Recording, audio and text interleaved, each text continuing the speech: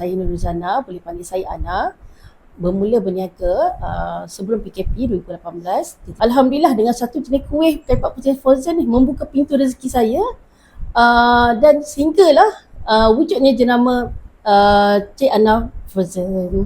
Ruzana membekalkan 4 jenis kari pak pusing iaitu inti kentang, ayam, daging dan juga sardin. Sebagai usahawan yang bermula dari rumah, Ruzana tekad untuk menambah ilmu perniagaan yang kemudiannya dikenalkan dengan BSNI Tekad Mula Niaga oleh sahabatnya. Alhamdulillah syukur saya diterima dan saya join, banyak sangat saya dapat ilmu bisnes seperti BMC, apa itu BMC, lepas tu nak urus niaga, cara kira kos, dan selain pada tu kita dapat bersilaturahim dengan para peniaga, usahawan-usahawan yang hebat, coach-coach yang hebat. Alhamdulillah dan saya menggunakan ilmu tu dalam urus niaga saya sekarang.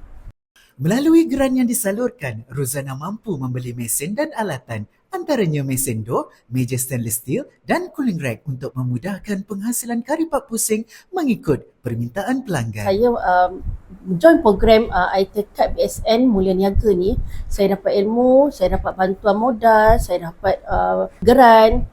Dengan ini dapat mengembangkan lagi bisnes saya untuk dapatkan ilmu. InsyaAllah inilah jalannya.